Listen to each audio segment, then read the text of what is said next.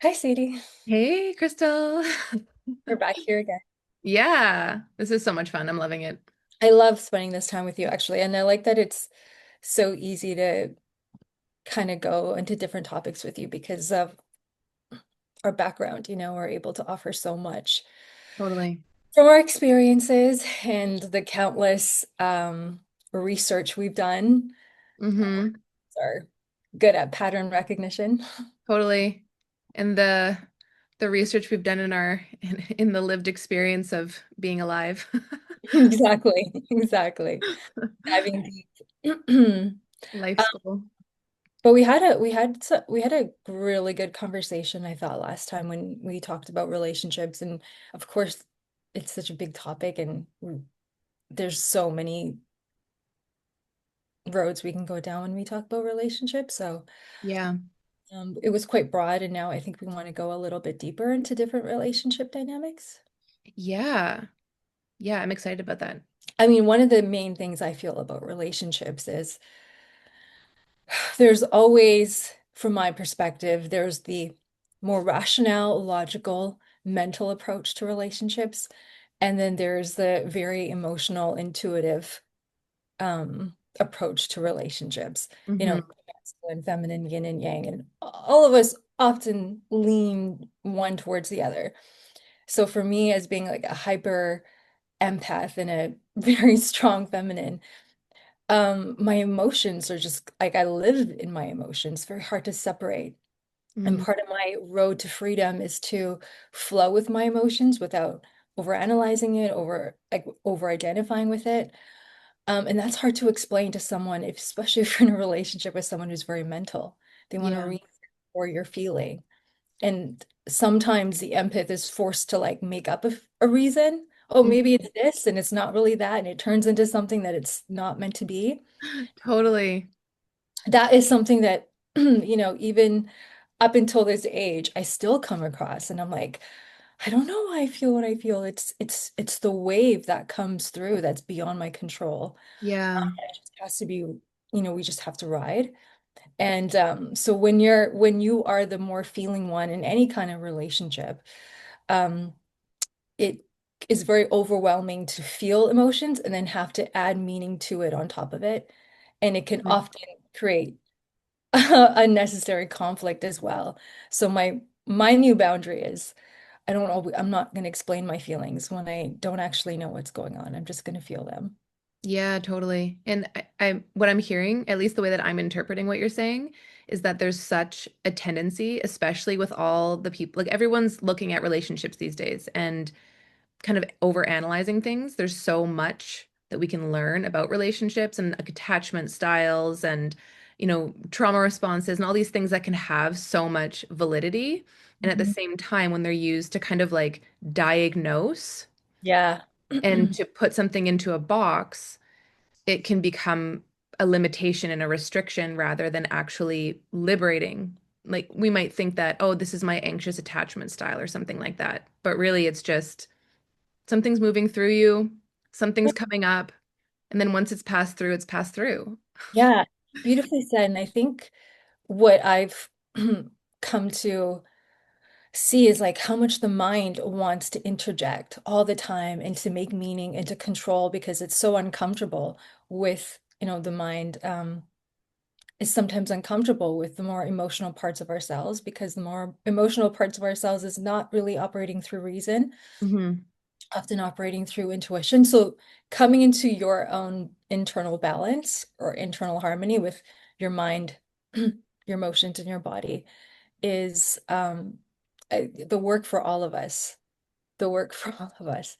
But yeah, thanks for thanks for sharing that. I think that's important when we talk about relationships, though. Exactly what you just said about um, the over analyzing, Hmm. over processing. Hmm. That's a big one for me, the over processing Yeah. of emotions, because that's where I need my logical people.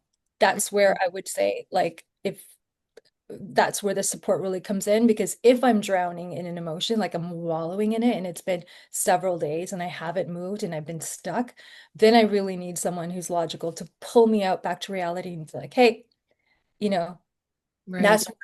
that's where that relationship can be so beautiful. And if we look at the masculine with its sense of focus and direction, masculine is so brilliant at being able to do that with the feminine.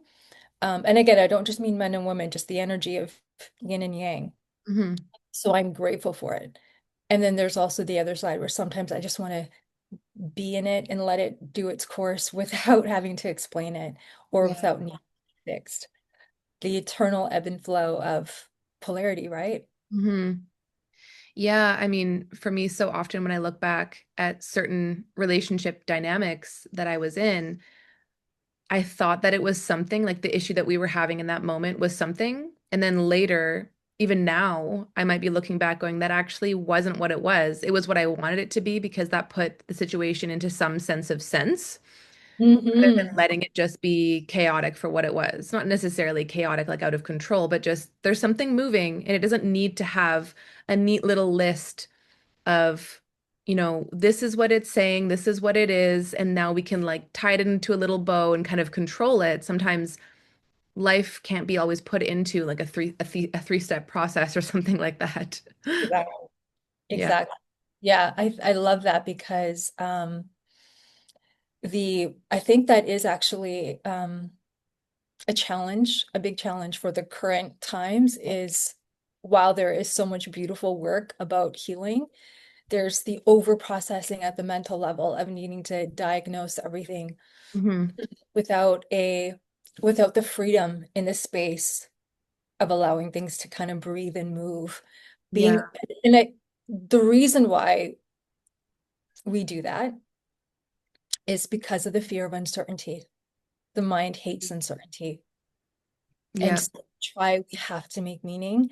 And when that happens in relationships, that can be detrimental because we're trying to interject a meaning before before the energy has moved and things can come into its natural fruition and natural clarity Hmm. by trusting our intuition. But when the mind interjects before we have connected with our intuition, then it's just ego games. Yeah. It's like, I need this to, I need to something, I need something to make sense in my brain because once I make sense of it, then I know how to protect myself. And Hmm. that's all, or these are hidden agendas that like, these are all hidden agendas that when you come into deep intimacy will come to the surface. Like all these like hidden agendas that we try to control so that we can minimize potential vulnerability and getting hurt. Hmm. Yeah, definitely. So we were speaking of these dynamics, we were talking yesterday about all different types of, I guess, responses people have when, they're triggered or wounded in intimacy or a connection. And you're Hmm. through like, you know, why people gaslight, why people please, why people avoid, why people are anxious. And yeah, we were talking about like different dynamics and why the fear will make us act that way as opposed to building a bridge to deeper connection and deeper intimacy. Hmm. Get defensive. And then we start sort of like manipulating subtly, not even intentionally, but manipulating because we're trying to avoid getting hurt. So we control in all these like little ways. And then all of a sudden, the relationship connection starts getting fractured. Hmm. Yeah, its innocence and its purity is being tainted by a desire to be in control in some way. Or to avoid the deeper wound of being rejected or abandoned at some level. Because Hmm. that is what happens when we fall in love or we fall in deep connection with someone. Hmm. We build a bond, and the attachment wound always surfaces at some point. It's only natural, only human that the attachment wound will surface and then the fear will come. Yeah. And that's when the relationship kind of is at its kind of threshold where it's like there's deep love, but also the fear is now there, fear of losing this person or losing myself in this relationship.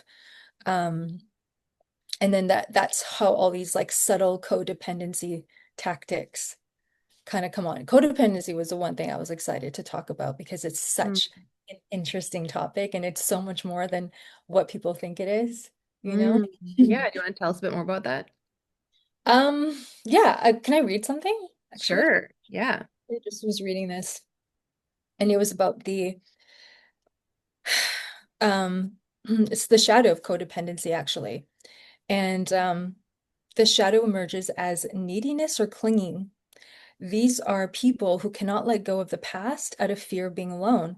This creates a catastrophic relationship dynamic based on making other people victims of their need. Repressive natures can be very cunning with the way they transmit their shadow patterns. These people will very likely use subtle tools such as guilt to get their own needs met. They need to feel needed, and they will act out all kinds of dramas, often totally unconscious, to get the attention they crave. That Amazing. was really juicy and really beautiful and really, Totally.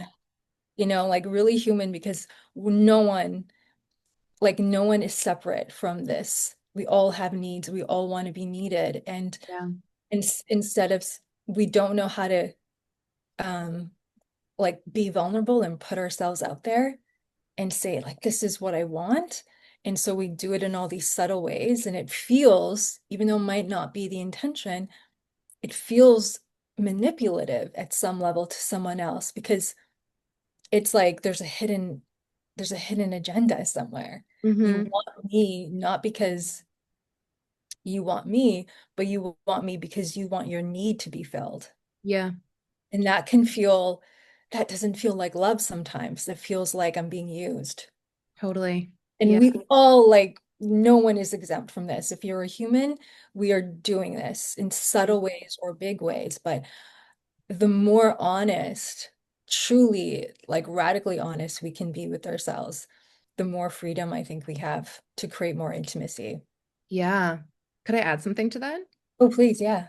Yeah, I feel like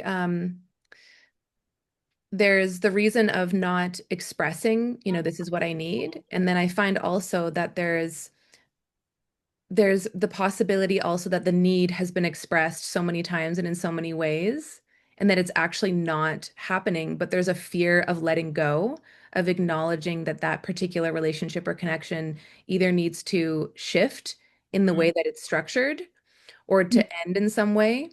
And so there's the pattern of kind of now my needs aren't being met. I've expressed it, so many times in so many ways. It's not happening. Instead of having the courage to say, oh, this is clearly not working and walking away. Instead, we might be so afraid of letting go and become kind of manipulative in an unconscious way to avoid the pain of what would have to be faced if we were to face the facts that, oh, my needs are not going to get met here. And what Yeah. does that mean? Where does that leave me? Where does that leave us?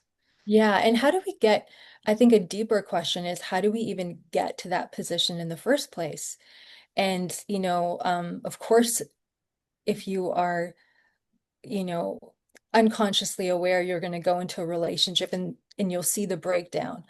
But if you're more mature, and you've been in relationships before, then the responsibility is always knowing that, we're meant to meet our needs. And truly, honestly, when we're connected to the longing and the aches within us, that is like, that's sacred. That's you. And we have this unprecedented ability to meet our own needs, to be so inherently fulfilled, because a lot of the things that we're yearning for externally does live inside of us.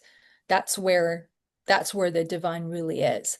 And so if we can use our relationships as an invitation to like meet me here, but there without the expectation that it has to, otherwise relationships are forever doomed. Like we have to meet I just believe that we have to meet our own needs first and foremost so we can really see what our needs are. Because many of the things that we're desiring make me feel worthy, make me feel validated, make this pain that I'm feeling not feel so alone. Those are the deep, deep needs that we often have in relationships. But if somebody else is also wounded, how do they meet you there when they have the exact same needs too, of Mhm. being worthy, of being validated? Yeah. So I just, my relationships are this beautiful thing because there's this beautiful place where we get to work out all this stuff. But it all comes back to we have to meet our own needs. Hmm. And I'll say something as well. And then we'll get into like little, but like, you know, um something that is like really I feel really deeply in my heart that I see a lot of is emotional dumping on people and people not understanding the difference between emotional dumping and vulnerability. Hmm. Totally. Vulnerability, yeah, do you know what I mean? Vulnerability is it's an invitation for deeper connection and deeper intimacy. So when you're being vulnerable and you're sharing anything with someone, um, it's not like with this expectation that they have to meet you there. It's an invitation. So you're sharing something that is whatever, sacred or tender to you. And you're doing it with the intention like, hey, you can come and meet me here, but it's not a demand because vulnerability isn't demanding and it isn't creating pressure. That's emotional neediness and emotional dumping, where we don't feel safe and we don't know how to self-regulate. We don't quite have the tools and we need someone to vent. We need someone to vent this out to. We need a container to unleash it to. And so I like to create that distinction. I think it's very important because if you're dumping onto someone without their consent or without them being able to hold that container, so many things can happen in that situation. And in fact, instead of creating more intimacy, we can create more conflict because it could be triggering. That person might not be able to be the container that we need. So I think that emotional maturity is people that know how to meet their own needs and understand what they actually are. Because a lot of the times that we think we have needs and then we get them met and we're still not satisfied. Hmm. And that's unfair to other people. So I feel very strongly about really being able to um yeah, being able to really discern the difference between an invitation for vulnerability and connection versus just emotional dumping because we're emotionally overwhelmed and we haven't developed tools or practices yet, and a deep intimacy with self to regulate and come back to like, just a healthy place within our body. So I don't know. I felt like that was something I thought that was a big distinction. Yeah. So I wanted to respond to what you're saying. I agree to some extent, and I also have a slightly different view, but I imagine that we're maybe saying the same thing, Yeah, probably. just maybe just kind of in different ways. So I have this perspective that yes, we are meant to meet our own needs, and that when we are in relationship with other people, we inherently have needs in that connection. Yes. I've somewhat deeply studied something called nonviolent communication, and it's all about needs and feelings. And so basically, it's there's four parts of this kind of process. There's observations, feelings, needs, request. So, for example, the first part is you're observing a situation. Maybe, someone's doing something and you really want to observe that situation as if it's a camera recording it. There's no story making about what's happening. It's, when you leave the dishes on the counter.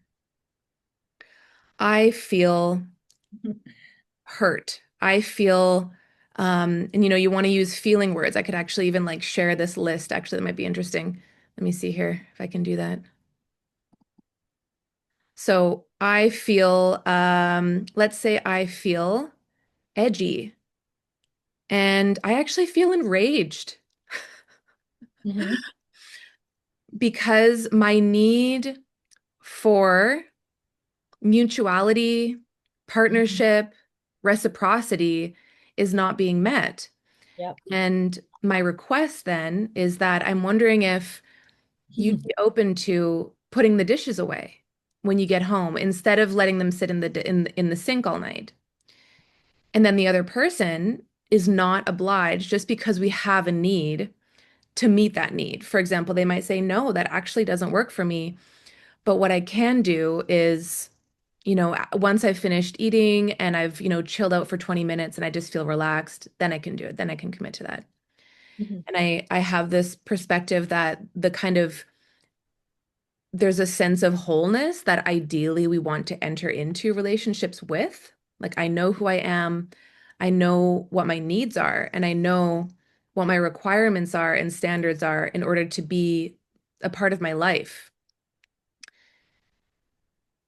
and not accepting less than that is an act of self-respect and an act of self-love.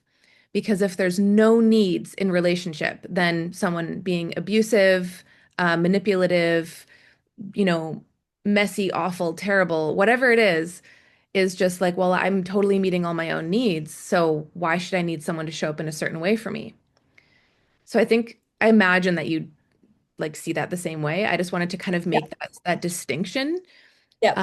because I definitely in the past have entered into relationships with this kind of spiritual perspective of like, well, this person's not meeting my needs. I also didn't know what my needs were. That was a big part of it. And so I wasn't in touch with who I really was and what was required to be a part of my life. And so I was entering into these dynamics where it was so much of I was constantly being confronted with something feels so off here. Hmm. And now in hindsight, I can see, oh, it's because these core needs, feeling heard, feeling seen, feeling connected, Hmm. and so many other things were not being met. And it was actually so, so important. Otherwise, what's the point of a relationship? We're just, why bother if we're not having these core human needs actually met together? Well, I think you make a great point, which is, again, how do we end up in relationships like that? Um, Yeah. we end up in relationships when we're attracted to someone because it felt good being with them, but we didn't pause to see if we have the same values and principles when it comes to relationships. That's Yes. a big, huge factor when we're enter a relationship because someone is making us feel good and making us feel attractive and interesting.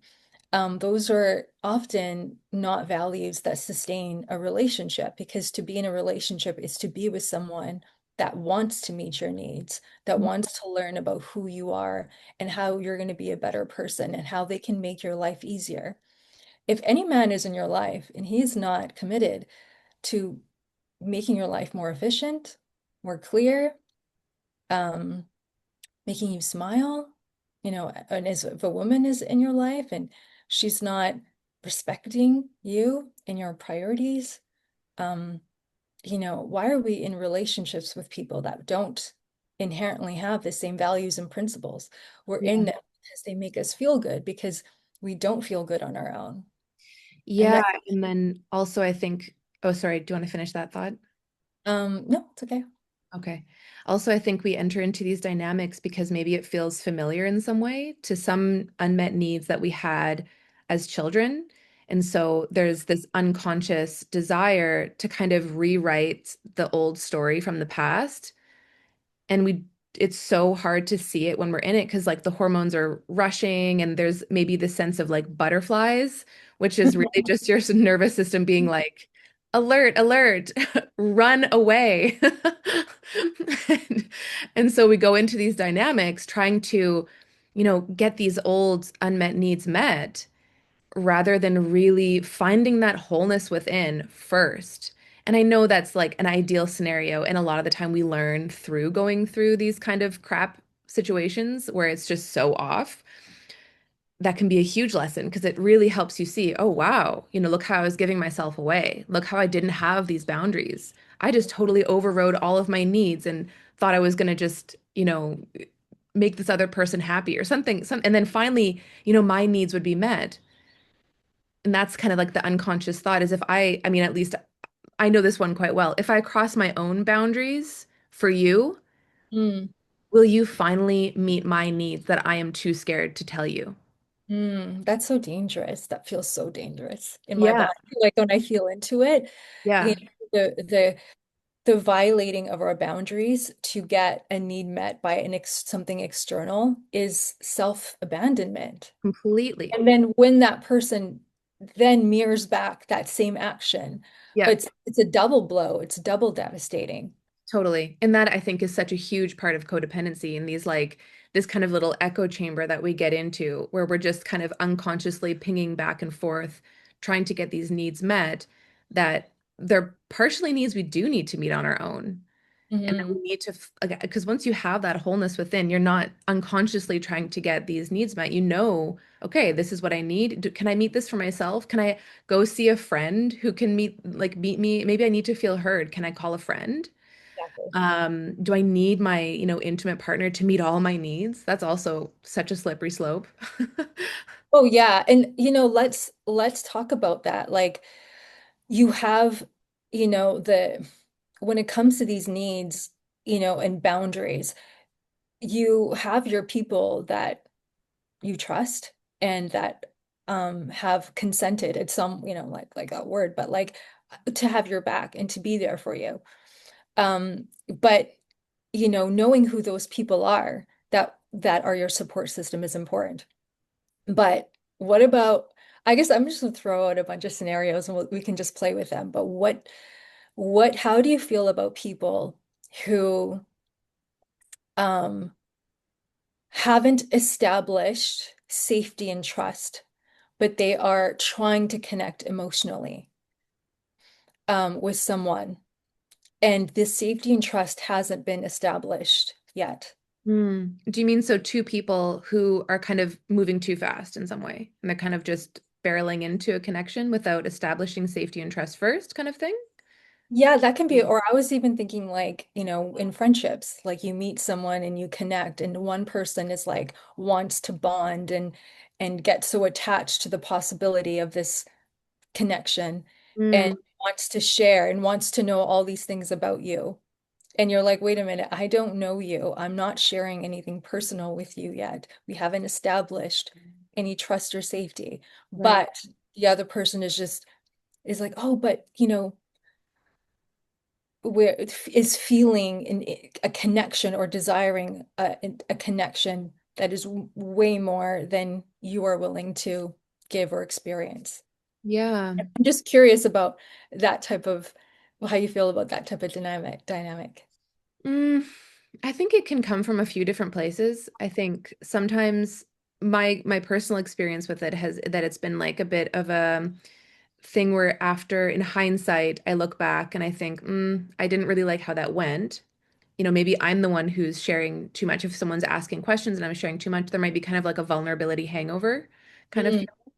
And I think, yeah, it's something that is learned over time. Maybe, someone's super open when they're maybe a bit younger and they're just kind of sharing everything and they kind of learn through trial and error that maybe that wasn't the best idea. Maybe everyone doesn't always have the best intentions or isn't a trustworthy source.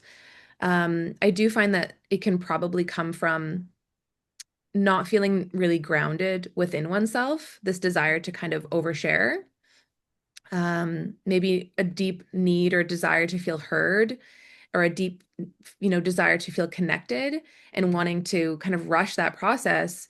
Because mm. again, I think we're talking about this so much today, this sense of wholeness within hasn't been established. There hasn't maybe been enough of those needs met within oneself to be able to enter into a connection and take it slow. Yeah, I like what you said about rushing because it reminded me about um, the rushing or moving too forward, moving too fast without checking in with your intuition. Hmm.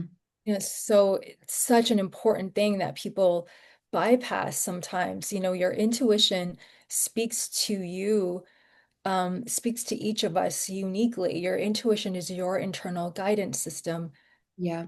directing you towards your truth and clarity. But your intuition is not necessarily for anyone else, and it's not necessarily anyone else's truth. It's not necessarily needing to even be shared with anyone because Hmm. it's for you. And that's where I things can get messy emotionally, and we can get lost is we don't check in with our internal guidance system first, and Yeah, we just take action. And of course that's a learning thing, but totally. intuition is so important. Yeah. I love the topic of intuition because I feel like it's something that so many of us are kind of we unlearn it just through all the different things that we go through in life. Even just the education system. Like, do you think all these little kids really want to be sitting in rows of desks listening to a teacher teach them some crap that they don't really need to know? Their intuition is probably saying this is awful, but then we learn over time that no, there's certain things that have to be a certain way, and we can't actually follow that intuitive impulse and being Yeah, able to bred come out of back. yeah. Sorry? Sorry, it's like bred out of us. We're conditioned to Yeah. external uh, Yeah. authority as Yeah. inner authority. So the unlearning as we get older is to listen to an inner authority. And Exactly. that takes practice. That's why tools like breathwork and meditation are really helpful because it quiets down the noise, it Yeah. quiets down the distractions, and we get quiet enough because our intuition is not yelling and screaming at us. We get quiet enough we can hear a clarity, a truth that is like a knowing, and every cell in your body won't be able to deny it. Yeah. You can differentiate that voice between the intrusive thoughts and the anxiety and the worries. Hmm. And one more thing. One thing about anxiety spreads like a virus. One negative thought that one person is thinking can create a negative thought in you, right? So we can listen to some crap on social media and or some music we don't like, and we can get pissed off, and it can also overpower us. So an intuitive person is just aware of when their energy is being taken Hmm. or their energy is being siphoned in some way. Yeah. Yeah. And I think also intuition in certain cases can be very loud. I love the analogy. I forget who was talking about this not too long ago. She talks about how intuition can come first as a feather, these little whispers, these little knowings, you know something, but you're like, oh, I'm gonna wait and see. I'll Oh, just see how yeah, I'll see how it goes. And then it comes as a brick. A brick is flying towards you, and you're like, whoa, what's going on? But you don't want to face the fact that your intuition has been telling you with little, feathers, more and more feathers until finally there's a brick. And then yeah, and then the final stage is a truck. You're getting hit by a truck. And yeah. it's like your life is falling apart, things are terrible. Maybe your health is awful, your business is, whatever it is. This is because we're not listening to our intuition. Mhm. Yeah. Find that often, in terms of relationship, for example, I have personally found that, for example, the attachment theory, I love to call it like it's just a theory. And Mhm. I find that there's almost no space within that theory for intuition because Mhm. we're told, oh, if you're behaving in this way, it means you're avoidant. It means you're anxious. It means you're fearful avoidant. You're disorganized, these things.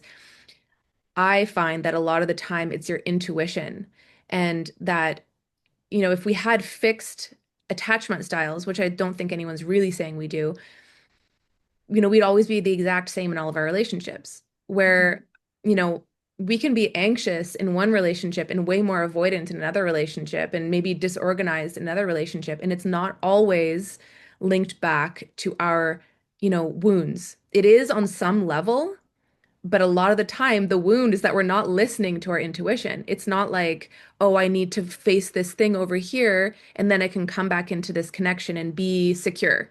It sometimes is that. And then other times it's that, oh, I'm feeling anxious because this dynamic is actually really not working for me. And it's Yeah. bringing up this anxiety. So Yeah. to not be so diagnostic and kind of like prescriptive with these things, um, Yeah. yeah, Yeah, to put everything in a little neat box and then yeah. to override again our intuition. This is why self-awareness and self-trust is so important, right? Because then we don't need to be hit by a truck to listen to our intuition. We will know the subtle ways we self-abandon, and we correct it because we know the consequences of not following your heart and what feels like truth. Um, yeah, absolutely. That's so important. And you know, I want to say something about what you just said that I thought was so important is we don't have to like everyone. Totally. Why? What is this fixation with needing to like everyone? You have to respect people. You don't get to um you don't I don't believe in like outwardly hating anyone. There's no need for that. But you don't have to like everyone. Hmm. And it's okay to dislike someone and still and be okay inside your body. Yeah. That's real, true maturity. Not real, conscious, self-aware people, enlightened people aren't loving everyone unconditionally and like wanting to like, rub their feet. No. Yeah. There's people that you deeply love who may even trigger you and you don't care because the love is so deeply profound that you're okay with them pissing you off sometimes. Yeah. Some people that you just do not have the capacity to love because you don't understand them. They don't make sense to you. And their mere existence isn't a great experience for you. And Yeah. that's okay. It's okay to dislike, and it's okay to see something that doesn't work for you, but know that it has a right to exist. Hmm. Yeah. And to kind of add to that, it's also okay to not be liked by everyone. We're Yes. we're not for everyone. Not Yes. everyone's gonna like us. And there's so, it was for someone who has this tendency of wanting to be liked, there's often a people-pleasing kind of tendency and a bending of who we are at a core level Mhm. because of this wound of wanting to be approved of, wanting to be loved, needing that external mirror of I'm okay, people like me, I'm lovable because we haven't found those knowings within ourselves and Mhm. wanting everyone to like us when someone doesn't. Yeah. It's, a big thing. All these subconscious beliefs end up coming up, but we're not actually aware that that's what's happening. We just continue barreling forward with, somehow bending ourselves to gain that approval rather than saying, okay, what is this? What does this mean about me right now? Oh, I'm making this mean that I'm broken, I'm not lovable, and actually facing those feelings and beliefs rather than kind of scrambling around in the world trying to get that validation. Yeah, that's a layer of codependency, right? Trying to control someone else's experience of you so that Yeah, you feel okay inside. yeah, Yeah, that's a big one. Um, yeah. yeah. And I think that was we talked about talking about external validation, and that kind of links into that a little bit. Hmm. And yeah, when there's not that sense of really knowing who we are and walking through the world, knowing our sovereignty, knowing ourselves, there's this desire, and it manifests in so many different ways to get validation externally from the world through business, through love, through sex, through money, accumulating things, whatever it is. If there's a seeking for external validation, it will never actually bring us what we want it to. So ultimately, we're looking for some kind of wholeness, some kind of happiness, but we have to find that within ourselves. Nothing outside is going to actually make us happy. If we're looking Yeah. for it to fulfill something, Yeah, I think this is such a tender topic as well because you can do so much work in this area, right? You can get to the point where you feel really secure, but life is wiser than our minds. So there are times when at certain stage of your journey where life will give you something so incredibly sacred and beautiful. Hmm. Maybe like a relationship, maybe like a child or something. And it's like, how can I not find external validation in this incredibly beautiful thing that I'm Mhm. experiencing in my life? And then if that, whatever that is, you know, because I've certainly had this feeling, it's like so beautiful, and you're just like, oh my gosh. And then if that changes form in any way, Yes. the heartbreak you feel, and it's so human, and it's so human if we could learn to understand that everything that we love, because what I fear happens when we talk about external validation, like nothing will fulfill us. I feel like what happens is people stop prevent themselves from loving because Hmm. it's, well, this isn't going to fulfill me. It's inevitably going to break my heart. I'm not going to go in and love it. And then we miss the experience of life. We Yeah. have to, I believe, we have to love, especially those beautiful times. Love it absolutely unconditionally. Let it change you. Yeah. Let love change you. And if however long it stays is or however long it exists in that form for you, be filled with gratitude and let it change you for the better. Yeah. That way, when it changes form, of course, there'll be grief and heartbreak, but we can do that with the absolute gratitude and the love of like being so filled by this experience because you gave your heart and that person gave back to you equally, and both now are changed by this experience, Hmm. and we can move on. And sometimes that happens in relationships where we come together in a partnership. And I think this is more fun to talk about because the first stage of relationships, I think we know you're wounded, you're with someone who's, and there's a lot of like karma and trauma. But what happens when you're with someone you really love, who really does want to meet your needs, who really does care about you, but for whatever reason, that relationship cannot evolve to the next level. And you have to break up. And sometimes it can be so painful because you might have had a really beautiful thing that's tangible and real in the real world, and yet you have to let go of it. Hmm. And I think that can be so hard with external validation because it's like, no, I love this beautiful thing, or I love this incredible job, or I loved this friendship, you Yeah. know. Now it has to change form. And that's when I think the real test of external validation comes through is like, can we be changed by love and let it go? Yeah.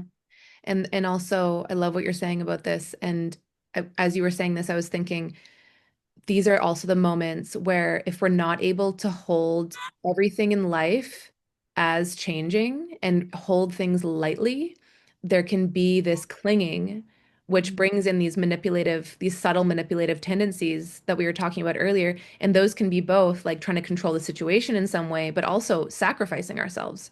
Yeah. And going crazy, like, what did I do if I had done something differently?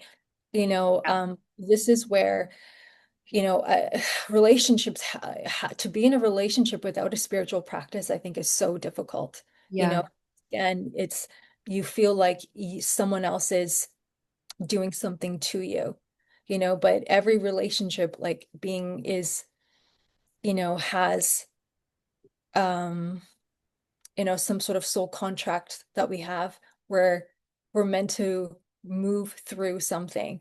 And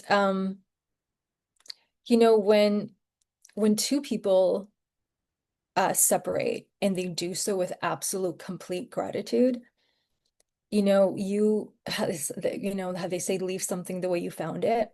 Mm. I think it's so incredibly important that when you leave connections and relationships with like that sense of like gratitude and wishing someone truly, truly, like not faking it, but in your heart, wishing them the best. That says so much about, where that says so much about who you are. Hmm. And that will then affect, the um anything else that comes out after that is going to be birthed from that type of deep gratitude. Yeah. So I think that that is so important. But if we're leaving relationships bitter or really insecure and then it without like learning and understanding that you weren't owed those things, Hmm. like we're not, oh yeah, this is what I wanted to say, as entitlement. Sometimes we feel entitled to certain things without understanding like the without actually coming into deep gratitude for it. Yeah. And if we Yeah. are entitled, like I deserve to be treated this way, I deserve whatever, then your universe tends to have a way with those people. It tends to snatch up whatever it was that they were not being totally grateful for. Because again, especially when it comes to relationships, you're dealing with people's hearts, it's a tender thing. If you are taking advantage of that, the universe has a way of bringing that karma into your field at some point. Yeah. And then people think, oh, this happened to me. It's like, no, you didn't have gratitude. You were entitled. You thought Mm, it was owed to you. yeah. Yeah, that's a sticky one, and it kind of is linked to the, maybe it's not exactly what you're saying, but it's bringing up this thought for me around the codependency and feeling entitled for people to show up in a certain way for us. And on some level, wanting to change someone in a way that's almost inherently part of their design Yeah. so that so that it meets me better. And this entitlement that I think comes from not fully knowing ourselves. And it's kind of repeating what we talked about earlier, where it's when we don't fully know ourselves, we go into these dynamics, we enter into something that's codependent, we're trying to extract something, and then we're missing the moment. We're missing what is actually there. Exactly. That's what breaks my heart. If Yeah. you really think about it, like so many times, that's half-heartedness, right? When we go Yeah. into something half-hearted, where we're like, I'm going to put one foot in and be available, but the other part of me is going to be defensive, it's going to be protective, it's going to be skeptical, and then you give off a um, disconnected frequency, Yeah. likely the person is doing the same. Hmm. And that can be, you're not giving yourself in that experience a chance. And that's, people live their lives that way. Yeah. And it's very, like you can feel it when someone is, um, I think, another layer that can be really hurtful is when someone can't receive because they are defensive, right? And they can't receive you, and they can't receive the experience in front of them. Yeah, that's not something that we can control. We can't make someone receive us if they don't want to, and we can't make someone, be present if Yeah. they're so full of fear. And part of self-trust is just having awareness of these things when you meet someone and being aware of like, how open and receptive are they to intimacy, Yeah. real intimacy, real connection. And and that goes both ways. There's also people who act like they're very open, Yeah. you know, and Discernment. yeah, so it's like all these are ways in which we build our self-trust and our self-empowerment. Yeah. Um, and it's the willingness to not put so much pressure on us being right or wrong. It's because no one's ever won good or bad. It's Mhm. more about, you know, does this is this place is this a place where I keep want to investing time? Yeah. After you meet with someone, you have to check in with yourself. Is this after this interaction, does this a place that I want to invest more of my time or not? And if it is a yes, but you have some concerns, then you create boundaries. I would like to move forward, but in this way, where I'm Hmm. only going to be able to give this much. When we have boundaries, I love boundaries. I'm boundary queen. I think boundaries are the way to get to freedom. Totally.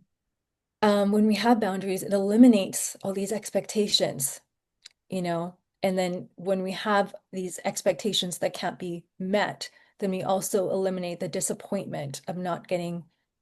And so discernment is so important at each step of getting to know someone and knowing your boundaries with that person, what you're comfortable with and what you where you have not yet established trust. That Absolutely.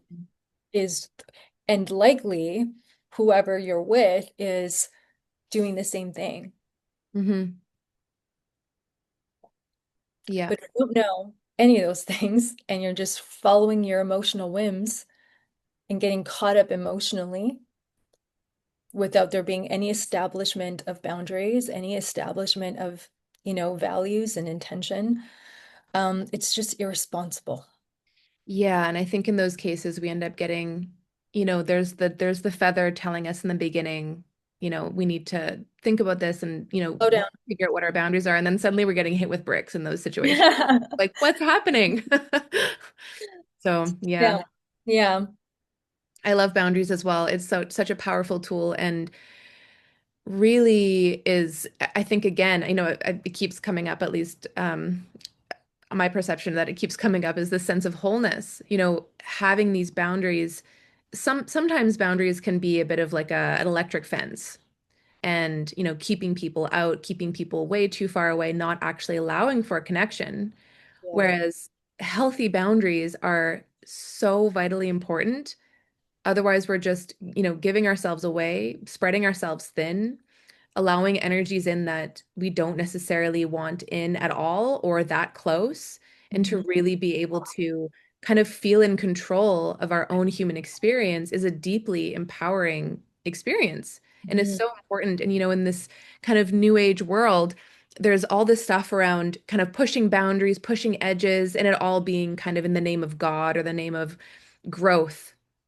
And I find that so much of that is just total crap. Yeah. It's so, in my perspective, so not about constantly pushing our boundaries and our edges in our relationships. It's about having that sense of respect and safety and connection. It's not that we don't ever want to push edges or grow. It's about when you know what your boundaries are, what your standards are, what your values are, you don't need to push them to see if that's about you growing. You just know who you are. No, that actually doesn't work for me. I know that it won't work for me. That's my boundary. Yeah. Yeah. Yeah. I completely agree. Um, yeah, it's very interesting when people, um, it's an interesting experience when people feel the need to challenge your boundaries. Mm, Um, and two things. So when establishing boundaries, there's a way to do it eloquently with some grace, because again, the boundary is an invitation. It's saying, this is what this is what I'm comfortable with, and this is what I'm not comfortable with. yeah. And it doesn't need to be a hostile conversation. When we set boundaries defensively, where it often feels like, it can come across like a threat or it can come across defensive, and that's not inviting. Hmm. Um, that can also cause another person to put their barriers up. So, like you said, the way you communicate is really important. And then challenging boundaries is also an art as well.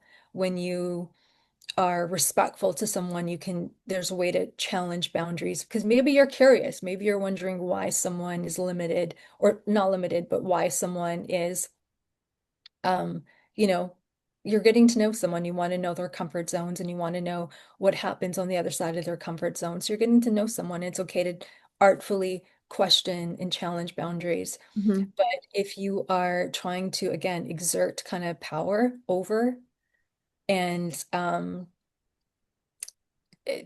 that's that little fine line, and that's where discernment again is very much needed. Someone who cares about you might challenge your boundaries, but out of love, and Yeah. someone who doesn't care about you might challenge your boundaries out of power. Yeah. Yeah, and a desire to kind of change who we are on a core level to some extent so that they can have some need met for themselves. Mhm. One quote that came up as you were talking was boundaries. I can't remember the exact words, but I think it's boundaries are the distance at which I can love myself and you. Yeah, And exactly. for me, that kind of just sums it up. And to really keep that in mind, it's not about, power games, power struggles. It's like, how can I really love myself and also stay connected if that's Mhm. what this relationship is calling for? Yeah, Yeah. yeah, exactly. Mhm. Why do you think people struggle? Like there's two types of people. People who are like not afraid to communicate. That's like me. I'm like not afraid to communicate a boundary. I don't care who or what it is. But that is something that makes I like being very, very, very clear where people stand with me. I don't like any type of ambiguity with anyone in my anyone who just comes into my life. I like people to know where they stand. That's personal. That's a personal way that I protect myself. What about people who don't know how to express boundaries? Like why do some people feel like that's the scariest thing that they could do? In my perspective, it's probably from a core wound that came up in childhood, essentially, where the child was not allowed to set boundaries, was not allowed to say, no, I don't want to do this. Maybe there was subtle things happening, like, affection, even from family members being pushed onto the child. So the child is learning, I actually don't have the right to say no. I don't have the right to have a personal limit of this is where I start and end, and to be able to really say no to someone.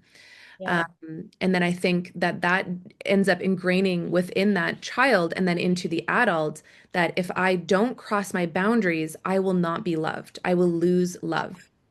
there you go. And that is this deep, deep terror because as children, we're completely dependent on the people around us, the adults around us, our caregivers to love us in order to survive. It's not like, other animals out in the wild where they have a baby and the, bird's flying away in a few weeks. It's, years of our lives. We are dependent in a very intimate way in the beginning of our lives, especially on the people around us. And if there's any risk to that safety and that love, it is literally survival. And so later in life, that same frequency ends up being pulled into our other relationships and dynamics, these deep beliefs, I need to cross my own boundaries to be loved. I have to stay safe. Mhm. Um, Primal instinct that until we really acknowledge and meet those things, will just kind of keep playing out. Yeah, do you find that people pleasers are doing that? They're like anticipating other people's needs, trying to meet other people's needs, thinking that that is what creates a healthy relationship dynamic. Yeah. Yeah. I definitely do. And I definitely feel that the people pleasing pattern is about trying to stay safe, trying to get love. It is manipulative in its essence because it is trying to get these things by a means that is not just straightforward. So there's Hmm. a sense of kind of manipulating the situation. It's innocent. And when we can actually meet that part of ourselves and say, wow, this part of me is so hurting, in so much pain, and so much fear, we can begin to resolve those patterns. Yeah. But I definitely, definitely feel that the people pleasing pattern is a survival mechanism. Yeah, people pleasing is, it's a it can be really challenging because it unconsciously is puts pressure on another person as well Yeah. because with people pleasing there's always I found especially again people pleasing is a wound coming from the wound, right? So that person is harboring inner resentment because their needs haven't been met, Hmm. but they won't communicate it. They won't even say they have any. You can just feel it, and they do things for you, but they do it with like, oh, a little bit of like, oh, A look little at bit how, of guilt. yeah. And Yeah. it's like, that that one is really, I mean, that one can be so damaging over over time because it really does create bitterness Yeah. on not only the person doing the people pleasing, but the person on the other end, which is who's like receiving this act, but it's coming with resentment, and it can be really confusing. Yeah. And so, you know, people pleasing is really incredibly subtle because it's done very politely. I wanted to say one thing, with some of the wounded tactics, like it's so easy to see a narcissist. It's so easy to see someone who's angry and violent and be like, oh my God, look at their shadow. It's so destructive because those people aren't afraid to show their ugliness and their messiness. But people pleasing, I find, is subtly in some ways more destructive because it paints a picture of look how pleasant I am, look how cooperative I am, look how much I am here to create harmony. Um, but it has all these subtle tactics and hidden bitterness and hidden anger, Yeah. hidden resentment that is sometimes much more destructive than the person who's actually expressing it out loud. Hmm. I've seen that so much. And I think both are equally hold a big weight in terms of what creates relationship, breakdown. Hmm. Yeah. The anger piece, I think, is so important with people pleasers because I think so often people who deal with the people pleasing pattern have learned that anger is bad. And Yeah. so you'll often find that these people are the first to be crying. They're maybe crying easily. They are easily, expressing themselves in certain ways. But deep down, there's this rage. And Hmm. if we don't meet that rage, and it's so hard to acknowledge even within oneself because we're so convinced of our own, people pleasing narrative Hmm. until we're not. Yeah. But Yeah. but while we are, it's like, I'm not angry. I don't know what you're talking about. While inside, deep inside, we're seething, so pissed. You Yeah. know, my needs didn't get met when I was 4, and I had to stuff that down and do what I was told and do this particular thing and meet someone else's need before my own. And I'm pissed. And to actually acknowledge that and to meet that anger, that I think is where, for people that deal with people pleasing, that's where the power is, not in just, erratically expressing anger, but processing that anger. And then it Yeah. transforms into power, which transforms in an ability to express boundaries, but Hmm. also to emanate boundary. This is, Hmm. to really be in one's own body and in one's own aura, Yeah. where there isn't always the need to express the boundary because life is kind of in some way finding the holes within our boundary system and bringing in energies that will push those buttons. And until we actually fill those places within ourselves by meeting these emotions that we don't even know are there a lot of the time, Yeah. those energies are going to keep poking. Because my theory is that life wants us to be free. Life wants us to be the most embodied, whole, authentic versions of ourselves. And if we're living out of these kind of fragmented, distorted, holy auras where there's a bunch of puncture wounds in our aura, we're not able to live that authenticity. Yeah. Yeah. I like the conversation about anger and reframing anger. Of course, there's anger as violence, but there's also righteous anger because Hmm. like there's sometimes it's the only way to sometimes it's a very honest reaction response, and 100%. sometimes it's the only way to wake someone out of a deep, deep like psychosis. Yeah. Like your way of being is destructive, and sometimes you have to slap someone awake, Yeah. especially if you have passive avoidant, somebody who's practiced being very passive and being very avoidant. They can be so incredibly repressed, Yeah.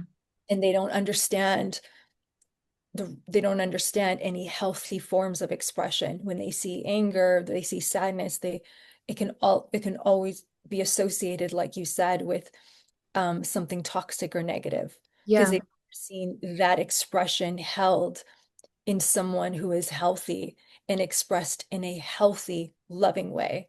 Yeah. sadness, and all these all of these emotions can be refined and expressed in love, and Yeah. it can still be fiercely powerful. Yeah.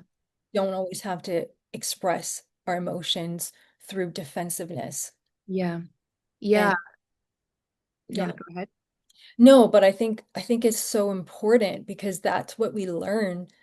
This is the things that we're learning in relationships. And sometimes we can see someone's anger and be like, "Oh my gosh, I didn't like that."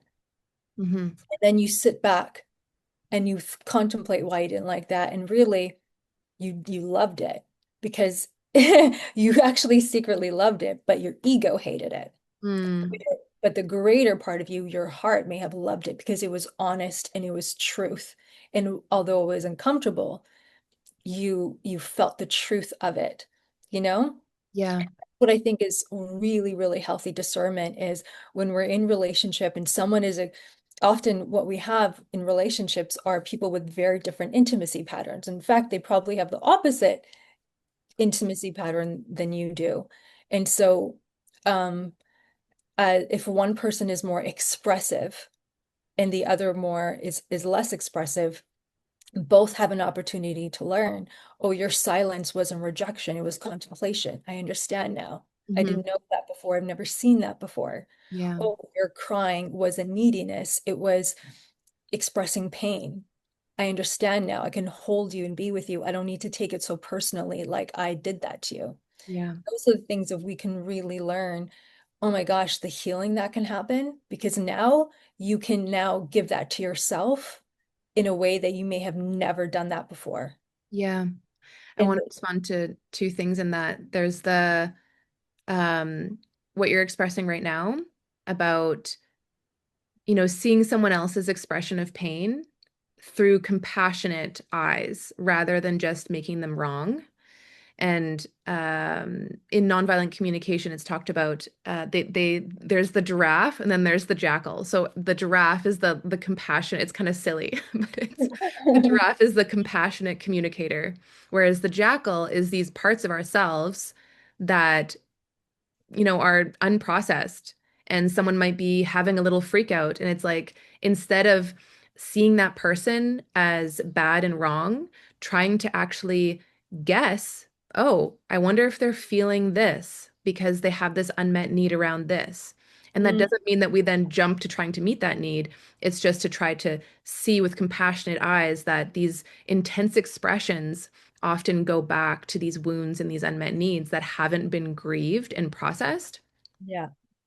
And then I also wanted to speak to when we were talking about anger earlier, just a few minutes ago. Um, there's a lot of people that say that sadness is the most, vulnerable emotion. And I think that this can be a huge block in a lot of ways for people who deal with things like people pleasing, or people who have, a strong tendency to be able to just cry and, feel vulnerable. And then they think like, oh, I'm, so in touch with myself. I'm so vulnerable. When really Mhm. underneath that sadness, for people where sadness is You're easy just a drama and safe, queen. is rage. So Yeah. actually, people say that anger is like a secondary emotion. Whereas a lot of the time, actually, underneath sadness for people who deal with this is anger. And to not demonize that is amazing, is actually healing for those people. Yeah, And it then is. there's, underneath that for everyone, there's fear. There's this terror, there's this survival fear from these, either little moments when we were kids or big moments, little T trauma, big T trauma. Can be little things like, your ice cream cone falls off the cone and no one gets you a new one. You feel abandoned. You make it mean something about yourself. And it brings up this fear. No one loves me. No one cares about me. And then when more and more and more of those events happen, other things happen. Maybe you drop something on the ground, or someone, walks right past you when you're looking to give them a hug. We make all these things mean things about ourselves. I'm broken, no one loves me. And then we go into the world living like that. And it all comes back to fear. Yes, Yes. that's the number one thing that I think disrupts relationships is we take it so personally. You Hmm. did that to me. The way you're behaving, the way you're feeling is a direct attack onto me. Yes. Ugh, it It's so gets hard not to it do. gets the best of us. It gets the best of us. You're lucky, you're blessed if you have someone who can put you in check and say, okay, because like what a waste of time thinking someone is doing something to you when that person is in la la land, not even thinking about you. You're not even crossing their mind. They're in their own experience. And someone else is like taking that so personally. That's codependence, Totally. and it gets the best of us. Yeah. If we can check ourselves, it doesn't have to be personal. Maybe sometimes it is, but why do we put so much weight onto it, Hmm. right? You're someone you love is annoyed with you and you don't know why. They're just annoyed with you. What are you going to do with that information? Go out of your mind trying to understand why and fix yourself and fix them and change everything so they can see you in this perfect way? Or are you just going to go on with your day and do something else Yeah. and allow that to? So we put so much weight on what other people think about us. So much weight. It's a huge deal. I think it holds people back in so many areas of life, not Yeah. just relationships, but so much of what we don't do Yeah. in the world is because we're terrified of what other people are going to think or say. Yeah.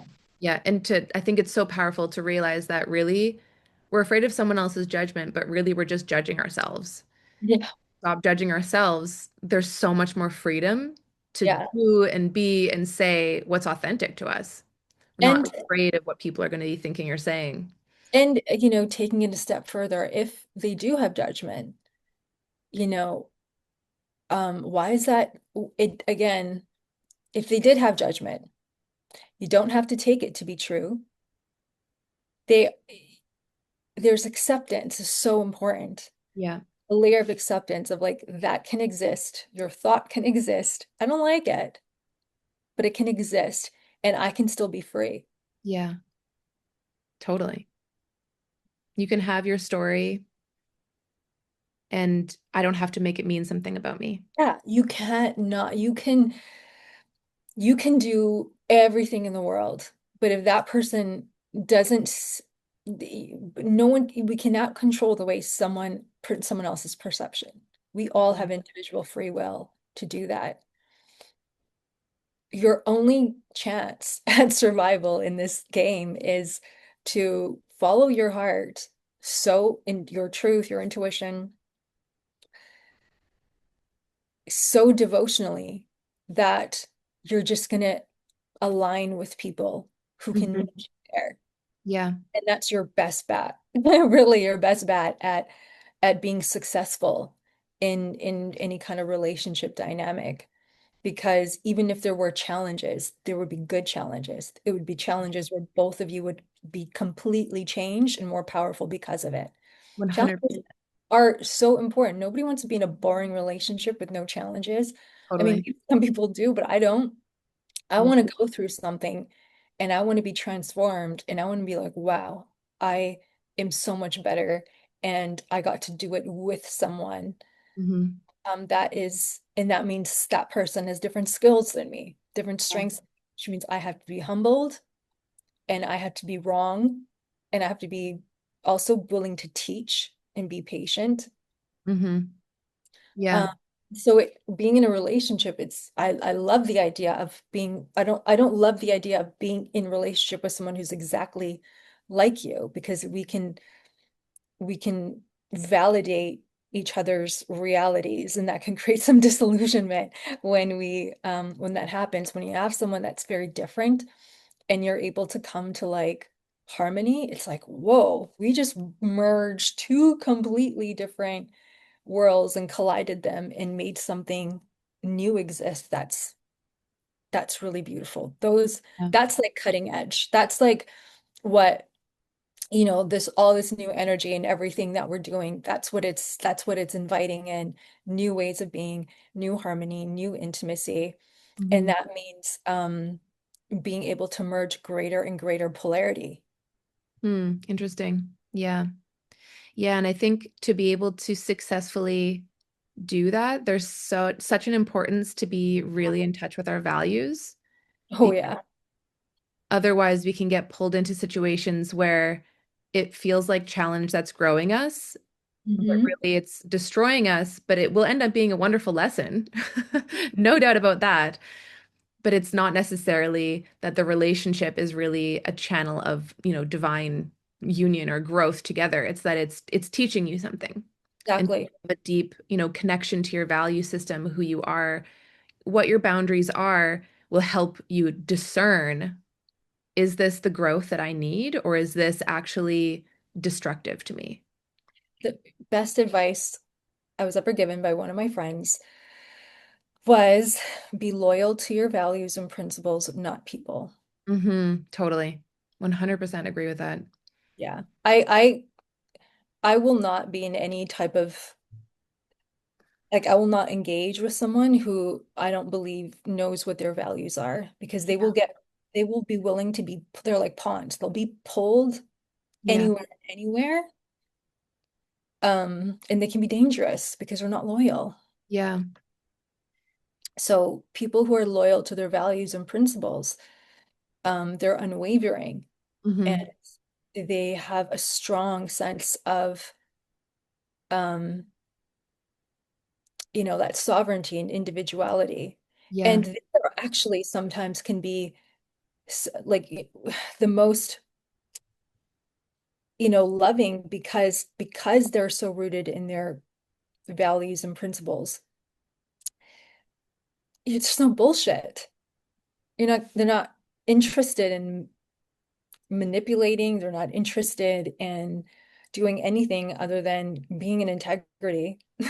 And so it's, those people are rare. Um, but they're the most unbothered because they know that their values and principles are the thing that's going to lead them to their fulfillment and abandoning or again, you always readjust, but there's no option to abandon your values and principles to get something because whatever that thing is that you have to abandon your values and principles for, it's rarely ever worth it. It's And it's usually not going to something give that you what you think you want either. it's always a shiny ball Yeah. that looks really pretty, that's Yeah. designed to have all the things to lure you. And then you get the lesson afterwards, like, huh, it's like yeah, it's the hero's journey, right? Yeah. And that when you're on the path of honoring your values and principles, you probably will be tested. It will probably be lonely because you'll have a lot of people who will be drawn. Because when you're loyal to your values and principles and you're not compromising it, you have a very mysterious aura. You Mm. just become something because you're not easily, you know, swayed. Yeah. People can't get you. They have to actually, show up with some value. And so all of a sudden now you have this aura of mystique around you Mm. and it'll attract all kinds of characters. Um, and so that's the discernment then is when something comes up and it looks really pretty and it's very, very tempting, but are you doing the due diligence of honoring? And every time I believe, every time you honor your values over something external that's like this shiny, beautiful thing, you always get rewarded Hmm. because you've just shown the strength of your character. You've shown your conviction Yeah. and you're shown that you're not easily going to self-abandon. It shows that you take yourself seriously. You have self-respect. Hmm. Yeah. And Definitely.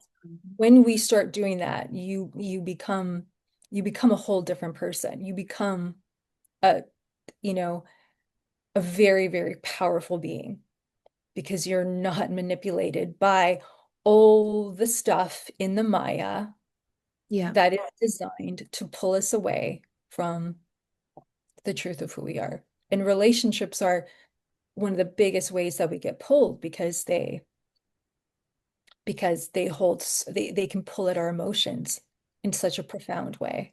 Hmm. And I think that a person, um, when you are a person who is loyal to their values and principles in that way, you know, you you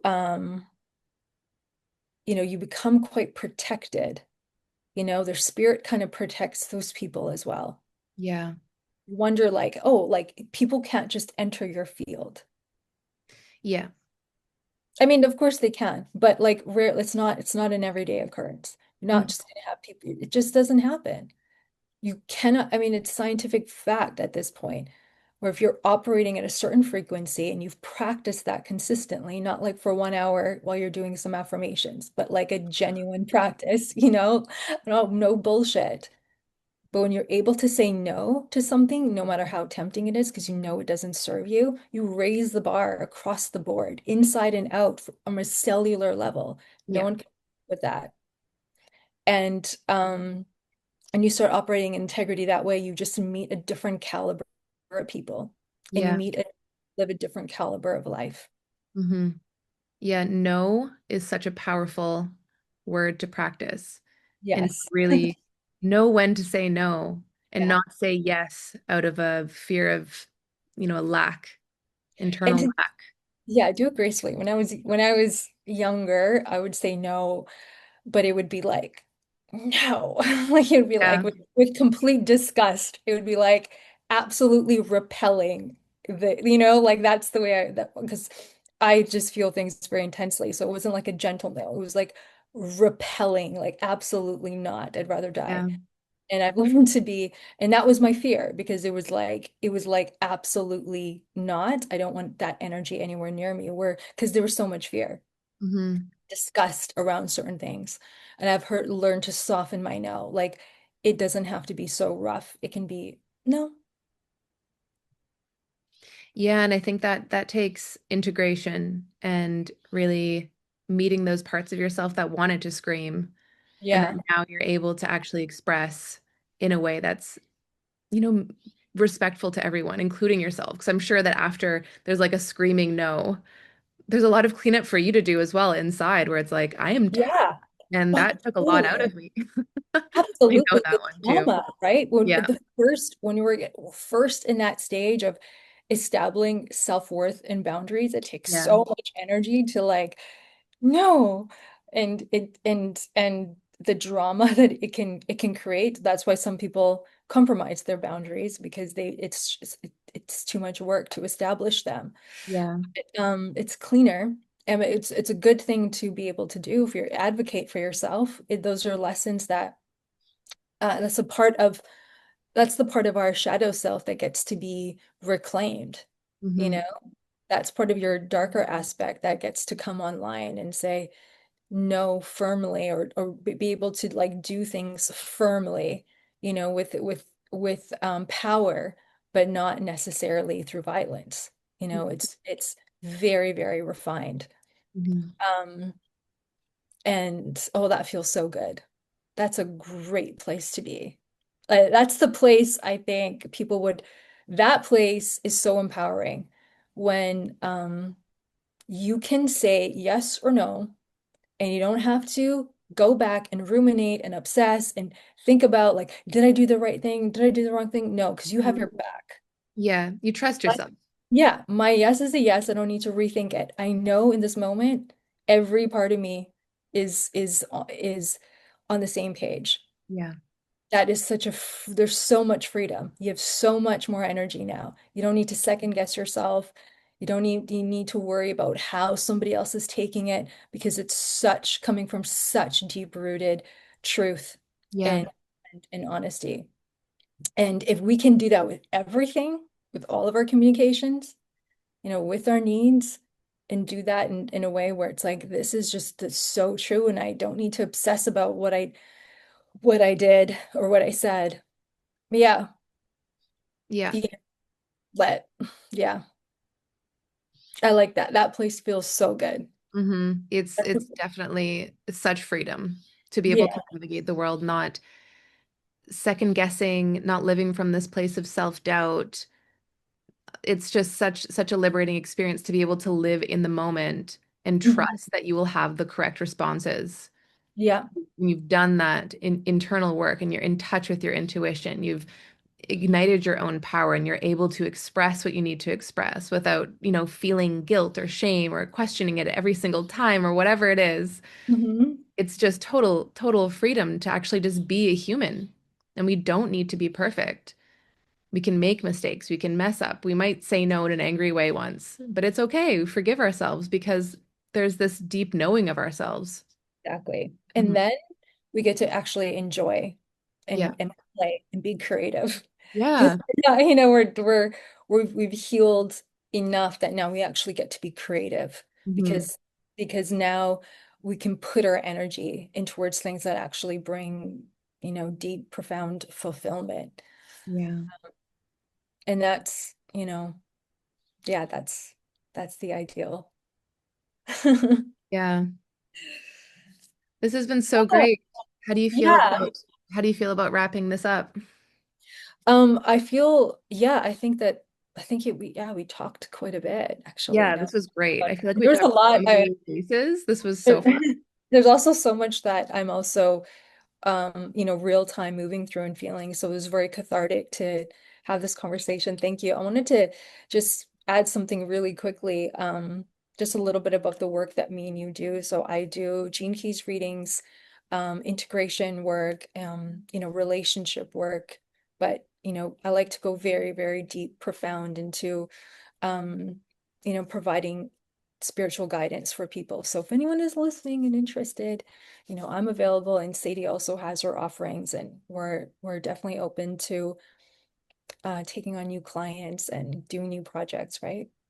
Yeah, I guess I'll just mention I just finished designing a 8 or 9 week long course. I'm not totally sure yet, and I'm so excited about it. It's been in the works for me for like a decade, I think, and it's basically a course to decondition. So, in human design and gene keys, it's very much about, deconditioning. What does that actually mean? Meeting all of these parts of ourselves that are conditioned, that could be trauma, that could be just ideas, beliefs Mhm. and really getting to the root of all of that, processing all of it so that we can really live as ourselves. And I'm so excited about this because it's all the tools that have worked for me the best. And I've studied so many different things that I've been able to bring together all my favorite tools and create something that I feel is going to be so maybe not fun, but it's fun for me, deep.